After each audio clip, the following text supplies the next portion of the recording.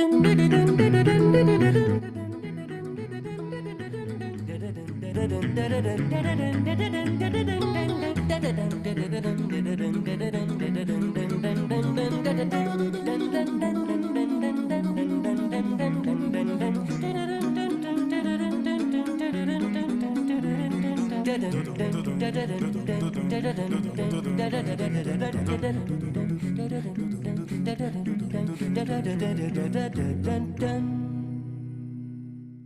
evening, ladies and gentlemen. We're so glad to welcome you as part of our community tonight. Please note that this webinar is being recorded and distributed live stream. By entering this virtual meeting room, you give your consent to be recorded and distributed by Vienna Live with Simeon Moore and other third parties. If you prefer to not be recorded, please go to the LinkedIn Live video feed, the link to which I've just placed in the chat room. Tonight, our featured guest is Oded Tzur, a jazz saxophonist whose latest album, My Prophet, will be the subject of tonight's conversation.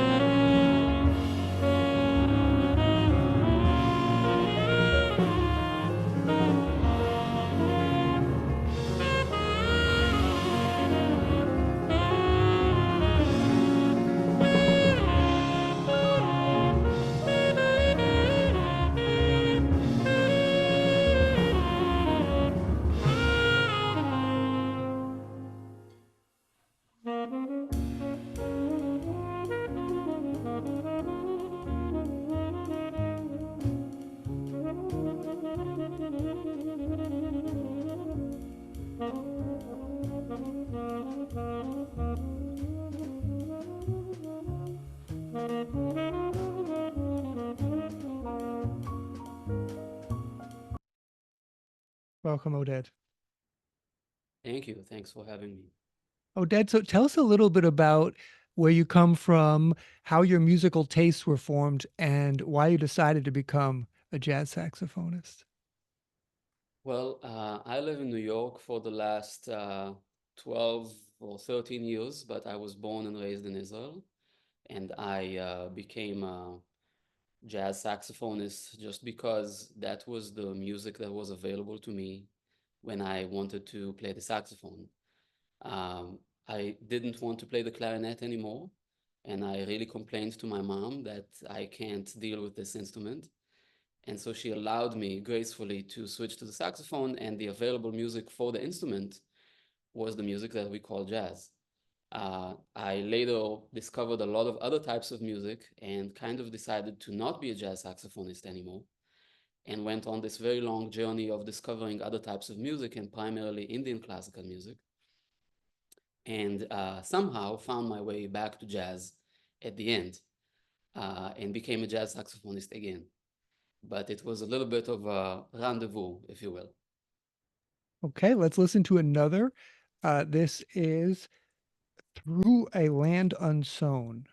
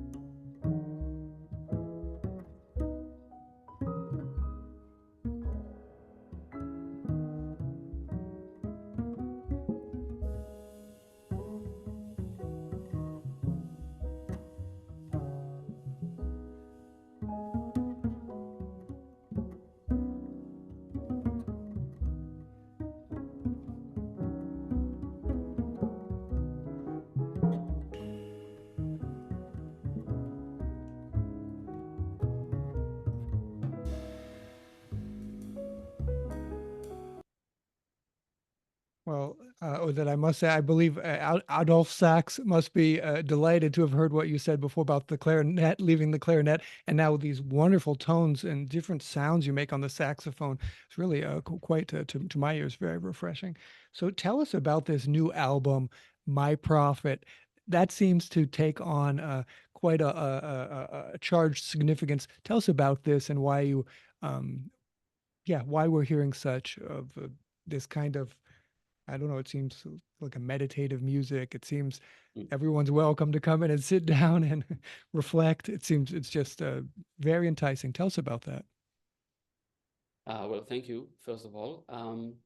This album was an attempt to personify music as the center of a spiritual discipline. It was an attempt to kind of say, when we live life and we go through everything that life has to offer and all of the distractions that life offers, big and small, there are certain agents that help us come back to ourselves, to our true nature, whatever you would want to call that, or how you would want to refer to that. And I believe music is one such agent. I was thinking about the meaning of prophecy when I was writing this album, and I realized that to me, prophecy is not so much about the future as much as it is about things that we already know, but tend to forget. And even in the Bible, I remember when I was in elementary school studying the prophets, and in the Bible, most of what they had to say to the general population had to do with things that people already knew, and that the human tendency is to forget, is to become distracted and go somewhere else.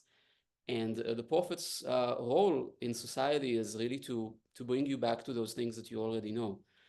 And so, in that sense, maybe we can think of music as the ultimate prophet, because music has this very unique force to bring us back to ourselves.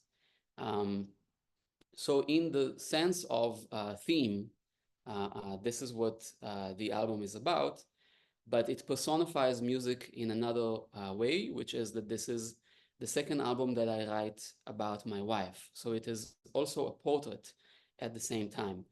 I wrote an album about my wife in my previous album. It was called Isabella. And I wanted to make another album about her, and I didn't want to call it Isabella 2 because I thought that would be silly. So I called it My Prophet. And as I was composing the album and thinking about the process of her becoming who she is, it's a little bit of a prequel. So it starts from when she's a child and goes all the way until she becomes herself. I was wondering, what are these forces that make us who we are?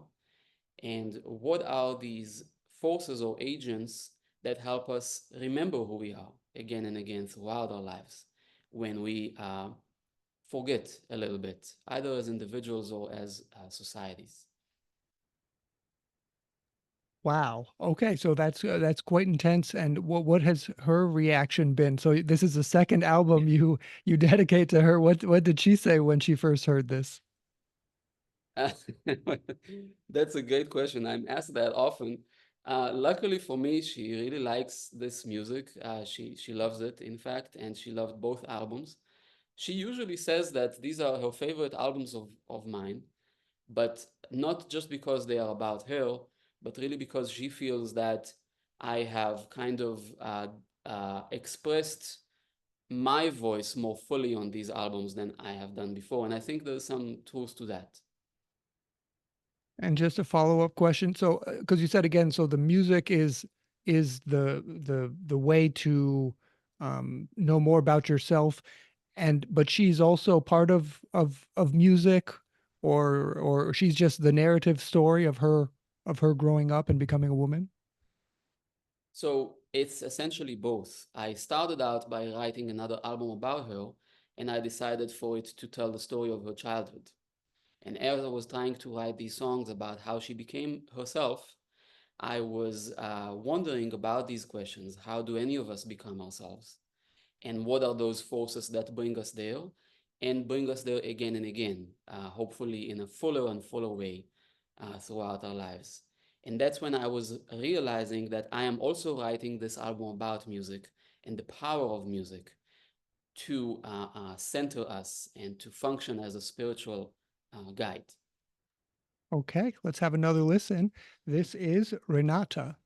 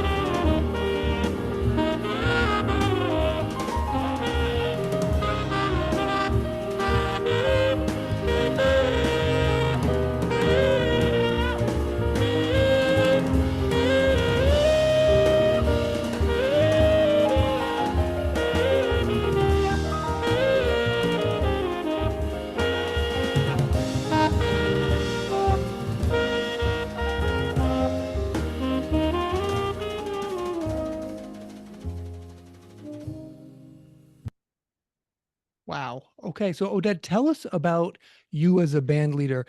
I understand that you did not record this album with all the same people as the last album. The drummer is different on this album.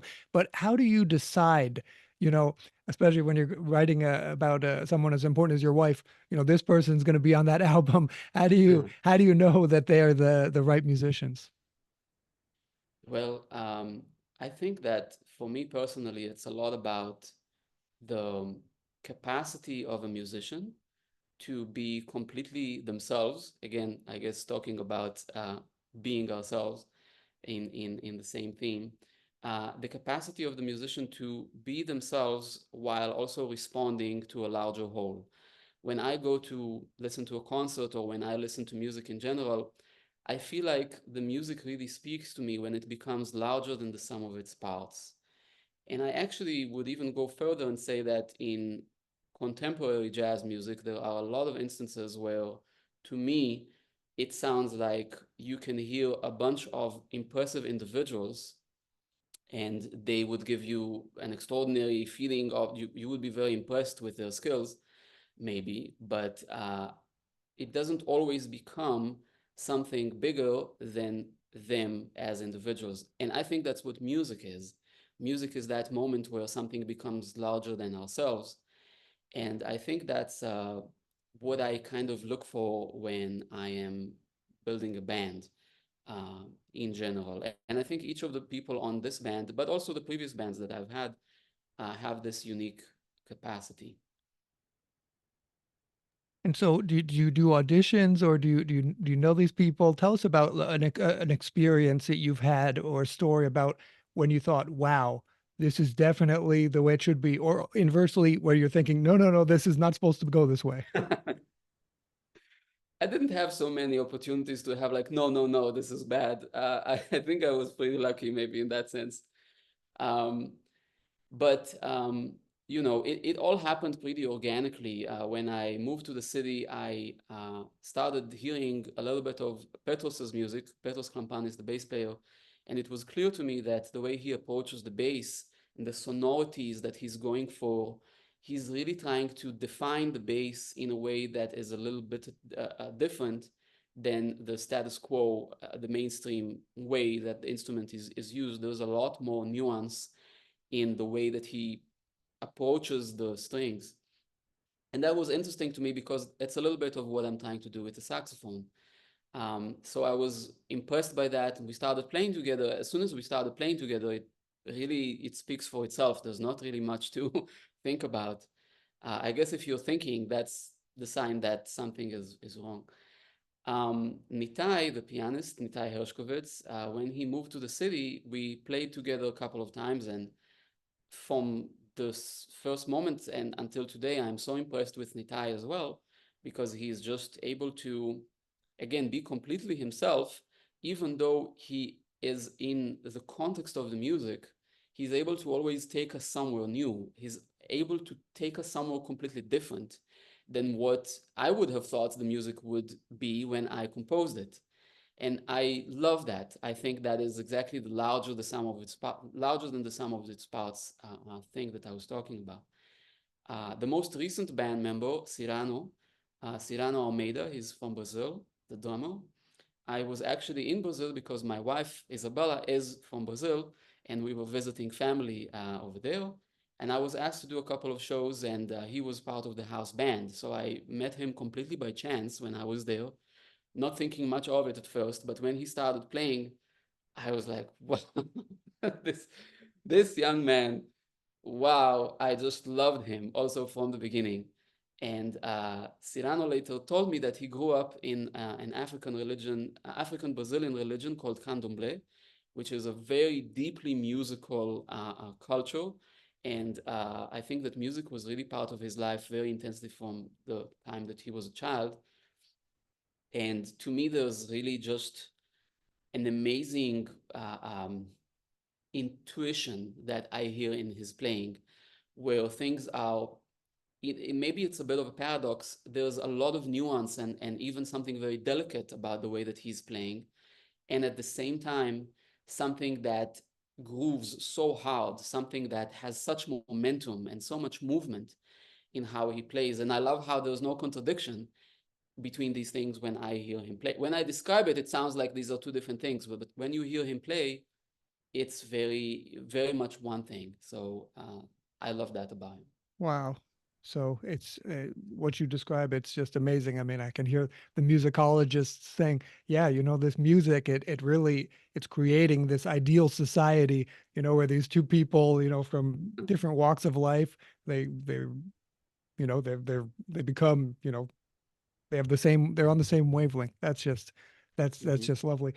So let's have a listen now to "My Prophet." This is the title track.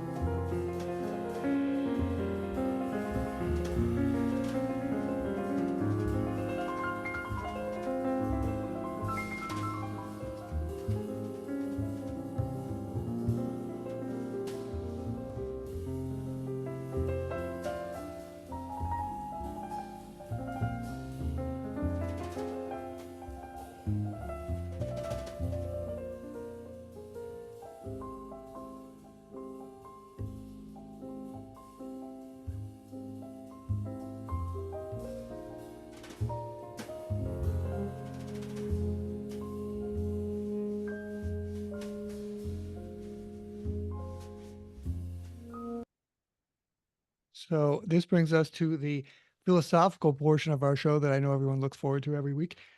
Oded, spirituality and music have long influenced each other in Western music. Here is one famous declaration from a post-war era musician, quote, "Dear listener, all praise be to God, to whom all praise is due. Let us pursue him in the righteous path. Yes, it is true, seek and ye shall find. Only through him can we know the most wondrous bequeathal. During the year 1957, I experienced, by the grace of God, a spiritual awakening which was to lead me to a richer, fuller, more productive life. At that time, in gratitude, I humbly asked to be given the means and privilege to make others happy through music. I feel this has been granted through His grace. All praise to God." End quote. That is a direct missive from John Coltrane to the listeners of his album, A Love Supreme. The statements about your new album, My Prophet, are much more toned down, yet the listener still gets the impression that you are aiming to engage in a divinely inspired course of action. What does spirituality in music mean to you, Oded? As musicians, what are your functions and what is the function of the listeners? Where does the music stop and the spirituality begin? I love that question. Just an easy, Wednesday afternoon sort of sort of discussion. I love that question. So thank you first of all for that. And I love the quote that you chose from Coltrane. Of course, this is really just when you say "dear listener," I think every jazz musician knows what quote you're talking about. Um, so I love that. To answer your question, I would maybe start with Coltrane himself. So Coltrane actually grew up in a very deeply Christian home, and spirituality had definitely a place in his childhood. But I think that part of what happened to his musical trajectory at a certain point is him discovering about other forms of music as well, specifically Indian classical music. He definitely listened to those musicians. He took a couple of lessons from Ravi Shankar, the Indian sitar player. He named his son Ravi, as we know. So this culture and its ideas, I think, really signified a lot to him, and you can hear with him and a lot of his contemporaries this yearning for a type of music that is more than entertainment, a type of music that has a spiritual function indeed. And Indian classical music, uh, while at the same time what you said is very true, spirituality and music go hand in hand in the West as well. And I actually don't even know if there is such a thing as West and East in these black and white terms that sometimes we think of. It's a little bit more complicated. But in Indian classical music, I think the unique situation we have is that it is very explicit. People talk about the spiritual nature of music is a form of meditation. It is even called sometimes nad yoga, which means sound yoga. So music, it's very pronounced that music is a gateway to the spiritual. And we touched on this a little bit in the beginning when I started out as a jazz musician growing up in Israel, and I was a fan of John Coltrane, Dexter Gordon, Charlie Parker, all of these people that I'm still a fan of. Um, I realized all of a sudden that there is so much more music in the world, and I suddenly stumbled upon Indian classical music. And then that is the journey that really took me the next 10 years of my life. And I studied this music. While I was studying this music, I realized how, for me as well, the real function of music is opening this window to what truly is. And what often gets a little bit um, tainted when we live our lives day to day and have our concerns and our human condition and all of those things. And I feel that music is really, as I said before, this amazing portal. So I live a spiritual lifestyle that contains a few other elements other than music, but I really do feel that music is a way in which we can all collectively look at something together at the same time. And in that sense, perhaps it's the one true form of collective meditation. So it is that in Indian classical music, and it is that in other forms of music as well. Um, but I find that there are some traditions that really speak of it very, very often and profoundly. And Oded, for example, if you and your wife are listening to the album together, is that the same thing as when you are performing, or what is what are we as listeners? Are we part of that meditation too, or is where does where do the where do the roles come in? Are there different roles that there are listeners and there are performers, or is everyone, as you said, part of this music yoga? I think that sometimes when you are nervous or when you're not at your best as a performer, you might start thinking that you are the performer and the listener is the listener. But in the best moments for every musician, I think every musician would agree with this, the performer themselves also becomes the listener. And there's something else, something that is bigger than just the sum of its parts, again, that happens, and we all become listeners in a way to this something. So I think that's when the best of it happens.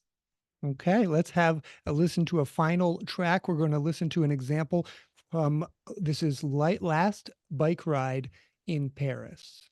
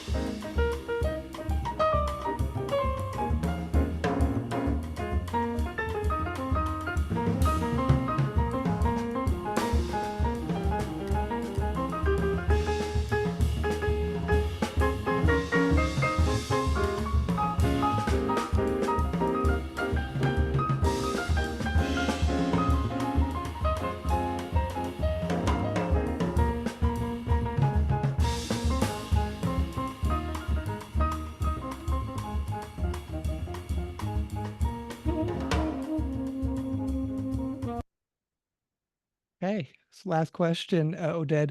What do you wish all of us who listen to this album?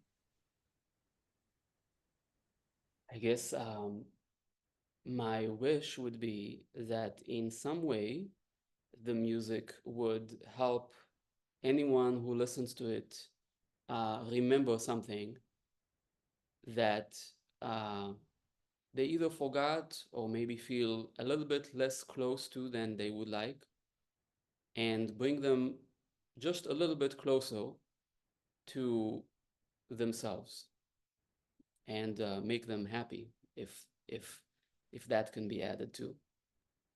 Okay, let's see how we can buy the album. I'm going to, I already put it in the chat room.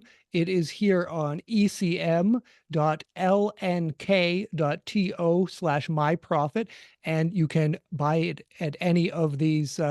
You can see all of these different ways to buy it, and I believe you can just listen to it. So our profit is out now. Let's see how we can stay in touch with Oded. It's odedtzur.com. Oded, and we can reach out to you and see your tours, see your upcoming concerts. Sure, yes. Oh, fantastic. Okay, got it. So you're all over the place. I see in the Netherlands, United States, Germany. Fantastic. So Yeah, there are some more dates that will be announced soon, actually. So yeah. wonderful. And Oded, here's the contact page. People can just reach out to you if they have any questions or they'd like to know more about your work. Sure, and they can also sign up for the newsletter if they're interested. That's at the bottom of the page, right there. Yeah. Excellent. Perfect. So I can do that Mhm. right now. Excellent. Okay. Um, thank you so very much to Oded Tzur. Thank you for having me, Simeon. So let's take a look just at the Vienna Live webpage here at simeonmoro.com. There's also, if you'd like, you can sign up for the newsletter, for the Vienna Live newsletter. And we have lots of new content that's available at any time. Just go under the episodes to get that. That's simeonmoro.com. Once again, thank you so very much to Oded Tzur. Thank you to Victoria and Frederick Mulligan, as well as Agnieszka and Benoit Role for their support of this show. Thanks to my cousin Mike, a marketer from Layer App. If you're an engineer or an architect, they have a really cool tool you should check out. Thanks also to Mary Schlesinger for the lovely Viennese library you can see behind me. Most of all, thanks to you, our participants who make it all worthwhile. From New London, New Hampshire, New York City, New York, goodbye, and see you next Wednesday.